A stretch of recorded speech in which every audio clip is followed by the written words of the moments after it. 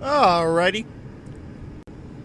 How's it going, everybody? It's the Uncle Show, presented by the Blitz Morning Show, as well as the Blitz Talks.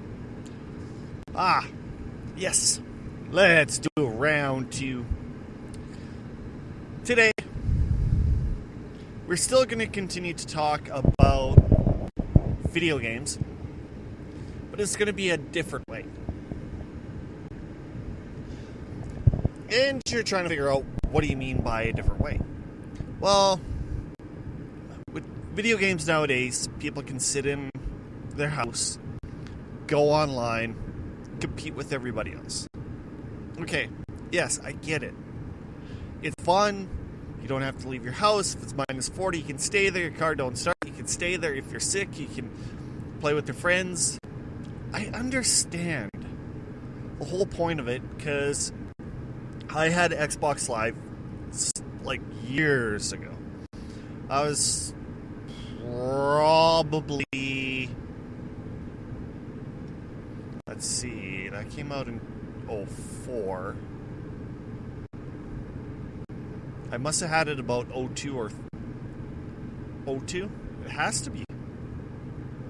Anyway, so I know the feel of Xbox Live, how awesome it is, and how competitive it can be, the pros, the cons, but you don't get the real feel of friends being in your area for being online.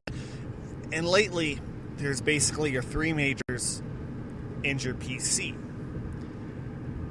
What is also weird is you don't have other companies trying to make a splash.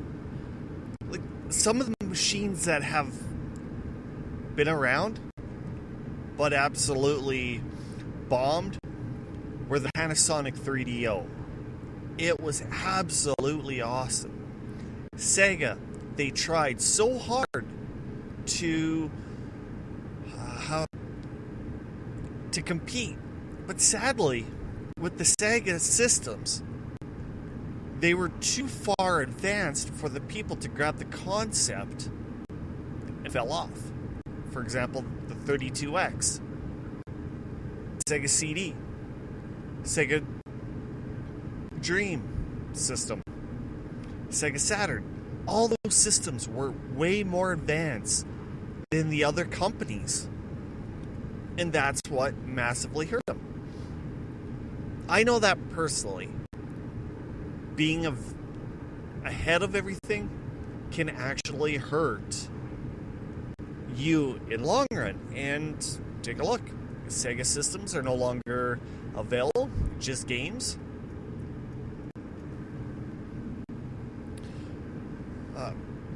Then you have Atari trying to come back in with the Atari Jaguar,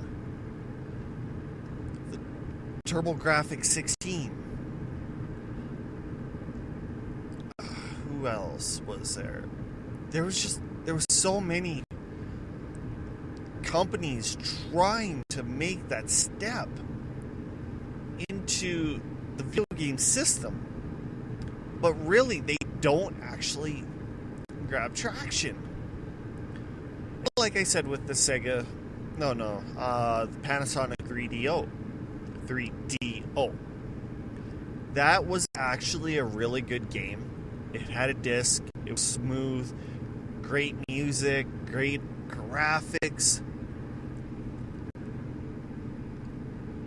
One of my most favorite games, Road Rash. Oh, and of course, the 3DO had Road Rash. It was one of the best ones. The only other ones that could somewhat compete would be the ones on the PlayStation. Now, of course, both of them had discs. One of the biggest downfalls with the Panasonic version, no, not the Panasonic, the Sony version, was the music wasn't as good. To me, it was basically generic, nothing really too fancy. Another thing that Sony had when they released it on the PlayStation was the fact you could play 4 players on it. That was absolutely awesome. You could have a rider and a monkey. And what basically the monkey was is the person on the sidecar. So you need both people to lean. You can fight. You can actually throw the monkey, which I did that many times. Either way, if you look at both of them, there's pros and cons to everything. I don't know. There was just my choices. If I wanted to go for graphic, sound, I'd have to lean for the Panasonic. But overall, functionality, Sony had that one. Once again, I'm really big on the 4-player scene. What most people don't know is I had the 4-player adapters for Nintendo, Sega Genesis, and Sony. Actually, I had the 2 4-player adapters for Sony, but that's besides the point. Yes, I actually had 4-player adapters for that, and when it came to hockey, that was so much fun. 4-man hockey, on the Sega Genesis, it was absolutely great. I had no complaints about it. Douche.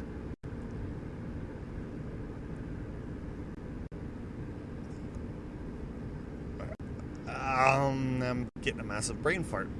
But the one negative part that these companies are trying to do is they're trying to live off online purchases so much. If you have money, you can become the most powerful and most deadly person in a game. Especially if the game comes out like right now. What was it? MX Alive, I think? They wanted to try something with that one where the game was basically $40. That was it. Something cheap. Something everybody can enjoy. The issue with it was if you don't have internet, like say that you're an 8-year-old, your mom and dad does not want you to have Xbox Live, you're stuck. You get like basically 2 or 3 bikes, 1 supercross, 1 motocross track, a little bit of gear, that was it. But what they were trying to do with this experiment was you had to go online to purchase what you want. So it's just like basically real life. If you wanted a different bike, you would have to pay, say, $2 for a brand new bike. If you wanted different gear, you'd have to pay $2 for different gear. What? Was it a good idea to do it? If you just take a look at some of the things, I can understand where they're trying to come from. There's a lot of people that buy online content. And if you have a game that's cheap, say $40, and an average game is $80, they figured that if you post all your content online for cheap prices, say $1, $2, maximum $3, you would buy what you want to buy, increase your bike power, buy the tracks you want to buy the gear you want to buy, and still come out ahead when buying at 40 instead of 80. The issue with that is, if you're like me, you don't like buying things online. There's a few things that I've bought, like games, a few packs. The issue that I do have with forcing the consumer to buy these add-ons is after 1 to 2 years, it's gone. It's finito. Because you want the next game. Then you have to fork over for that. Me personally, that's one of the reasons why I hated this option. The best option was like before the internet. You have a game, if you want a certain thing, you play your ass off, you save, money for it, and you unlock it that way. Not, $60 to unlock everything? Alrighty, here you go. Boom! You have everything. No, that's not how it should work. Work your ass off, get what you're supposed to get, and go that way. Yes, I'm an old school gamer, and that's what I believe. Hang on. It frustrates me so much when it comes to things like that. Just call me crazy. That's all I can say. Have you ever had a game that was so awesome, they tried a sequel and absolutely bombed? Everybody's had one of those games. And one of the games that I think did that was Sledstorm. From what I took when Sledstorm 2 came out for the PlayStation 2, they tried too much to be like freestyle tricks, things like that. Where with Sledstorm 1, it was just beautiful how it was. And that they should have basically kept it the way it did and never made a sequel. Even when it comes to sports games, things like that, they'll put their heart, the dedication into the one. Then when the next year comes out, they're like, what do we do?